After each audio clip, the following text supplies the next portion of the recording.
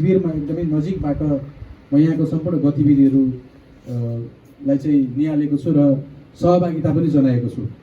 मैले प्रत्येक यस शिविरभित्र रहने जुन युएनएचसिआरले छोडिसके पछाडि जब स्थानीय हाम्रो सरकारमा नेपाल सरकारले चाहिँ यो शिविरको स्वास्थ्यको सेक्टर हेर्ने जिम्मा हामीलाई दिइसके पछाडि हामीले यस शिविरलाई अत्यन्त नजिकबाट मैले चाहिँ हेरेको छु। त्यसैले पनि म यस शिविरको बारेमा केही कुराहरू बोल्न पनि सक्छु र हामीले सरकारको तर्फबाट पत्री शनिश्चरी नगरपालिकाको तर्फबाट गरेका गतिविधिहरूको बारेमा पनि म स्मरण पनि गर्न चाहन्छु। खास गरिकन हामीले नेपाल सरकारले पत्री शनिश्चरी नगरपालिकाले स्थानीय समुदायमा रहेका स्थानीय जनताहरूलाई दिने जे सुविधा हो पत्री शनिश्चरी नगरपालिकाले यस शिविरमा पनि सोही सुविधा उपलब्ध गराएको छ। एज अ इम्युनाइजेसनको कुरा भयो, एज अ न्युट्रिसनको कुरा भयो, एज अ अन्य विभिन्न किसिमका चाहिँ क्युरेटिभ ट्रिटमेन्टका विषयहरू भयो। ओपिडी हामीले यस शिविरमा पनि हामीले चाहिँ इन्सुरेन्स गर्नुभएको व्यक्तित्वहरू हुनुहुन्छ। उहाँहरूले चाहिँ नियमित रूपमा पत्री शनिश्चरी नगरपालिकामा रहेको पत्री नगर अस्पतालबाट सेवा लिइराख्नु भएको छ।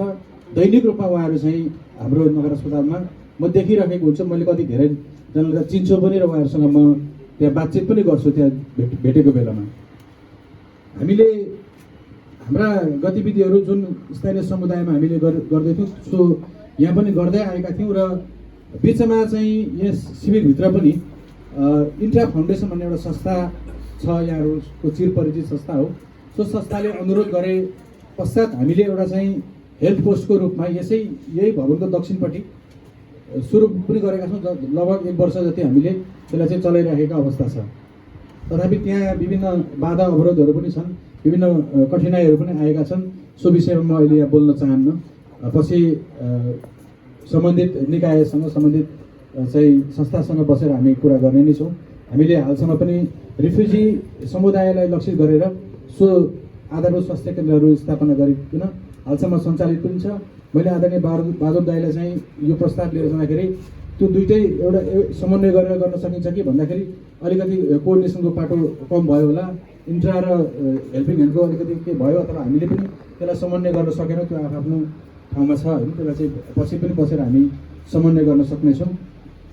तथापि जुन कार्यको सुरुवात भएको छ अत्यन्त राम्रो सुरुवात भएको छ। वास्तवमा नेपाल सरकारले सक्ने हो भने यसरी नै जसरी हेल्पिङ ह्यान्डले यस शिविरलाई लक्षित गरेर यो कार्यक्रम सुरुवात गर्नुभयो, नेपाल सरकारले पनि सक्दाखेरि प्रत्येक वडामा यो किसिमको कार्यक्रमहरू सुरुवात गरियो भने अब हामीले यी क्रोनिक रोगहरू, नसर्ने रोगहरूको जुन जोखिम छ त्यो जोखिमलाई न्यूनीकरण गर्नका लागि अत्यन्त ठुलो सहयोग मिल्ने थियो। अत्यन्त ठुलो चाहिँ यसले चाहिँ समुदायमा प्रभाव राख्ने थियो भन्ने कुरा पनि म यहाँ व्यक्त गर्न चाहन्छु। खास गरिकन अमेरिकाबाट हाम्रो हाइफाका अध्यक्ष जो प्रोफेसर हुनुहुन्छ, उहाँ यस कार्यक्रमलाई महत्त्व दिएर यहाँ आउनुभएको छ र रातिको समयमा पनि हाम्रो चमलाङ्गे सरले चाहिँ उहाँबाट हामीलाई लाइभ रूपमा हेरिराख्नु भएको छ।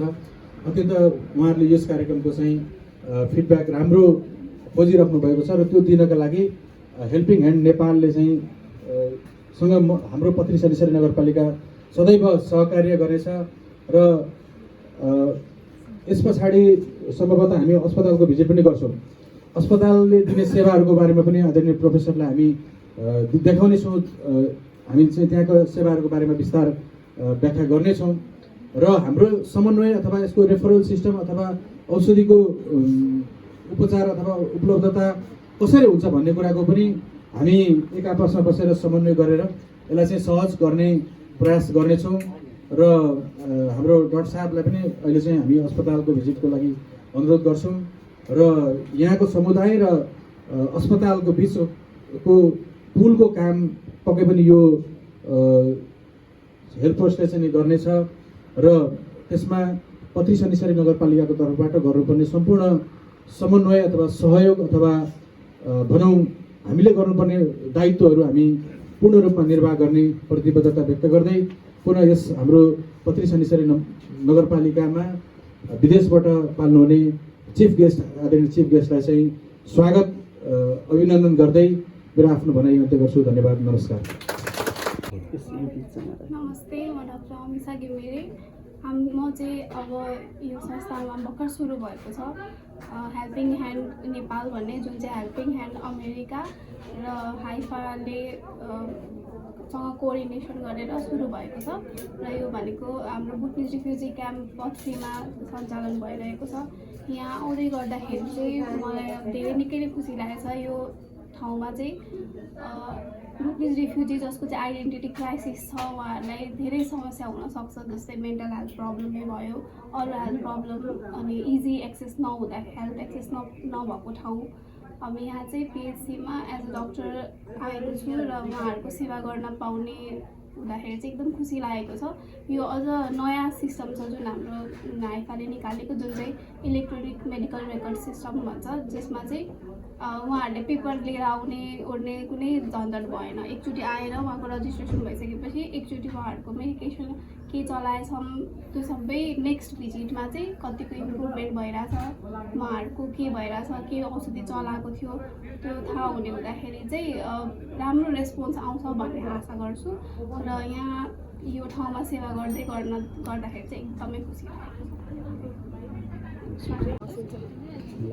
हेल्पिङ ह्यान्ड्स अथवा हाइफा हेल्थ पोस्टको भर्खरै मात्रै उद्घाटन भएको छ पत्री सन्चरी क्याम्पमा। तपाईँ स्थानीयवासीको हिसाबले के भन्न चाहनुहुन्छ, अथवा यो हस्पिटल उद्घाटन, यो हेल्थ पोस्ट उद्घाटन हुँदै गर्दाखेरि तपाईँलाई कस्तो लाग्यो? नमस्कार सम्पूर्ण। सर्वप्रथम त हाम्रो क्याम्प स्थित पत्री सन्चरी मोरङ 10 स्थित यो चाहिँ helping hands Haifa health post खोलिदिनु भएकोमा चाहिँ सम्पूर्ण टिमहरूलाई चाहिँ जति पनि अहिले हामीले मिटिङ भइसके पछाडि हामीले सुन्नमा आयो युएसबाट, बङ्गलादेशबाट, नेपालबाट, हरेक कन्ट्रीबाट चाहिँ जोडिनु भएको रहेछ। उहाँहरू सम्पूर्णलाई धेरै धेरै धन्यवाद दिन चाहन्छु, किनभने यो हाम्रो सेटलमेन्टभित्र चाहिँ एकदम आवश्यकता नै थियो यो हेल्थ पोस्ट खोल्नको लागि चाहिँ। किनभने पहिले आम्दा नेपाल हुनुहुन्थ्यो, जुन चाहिँ जुन चाहिँ हाम्रो युनेसियरद्वारा स्थापित थियो भने उहाँहरू चाहिँ फ्रिज भएर जानुभएको हुनाले गर्दाखेरि चाहिँ हाम्रो सेटलमेन्टभित्र चाहिँ धेरै प्रकारको रोगीहरू, आमा बुवादेखि लगेर बालबच्चाहरूदेखि लगेर युवाहरूमा पनि धेरै रोगीहरू आइरहेको हुँदाखेरि चाहिँ यो एकदमै आवश्यकता र धेरै खुसी नै लागिरहेछ र सम्पूर्ण हेल्पिङ ह्यान्ड्सहरूलाई चाहिँ हृदयदेखि नै म लगायत मेरो क्याम्पसको तर्फबाट धन्यवाद दिन चाहन्छु र धेरै खुसी लागेको व्यक्त गर्न चाहन्छु। हस् त, धन्यवाद।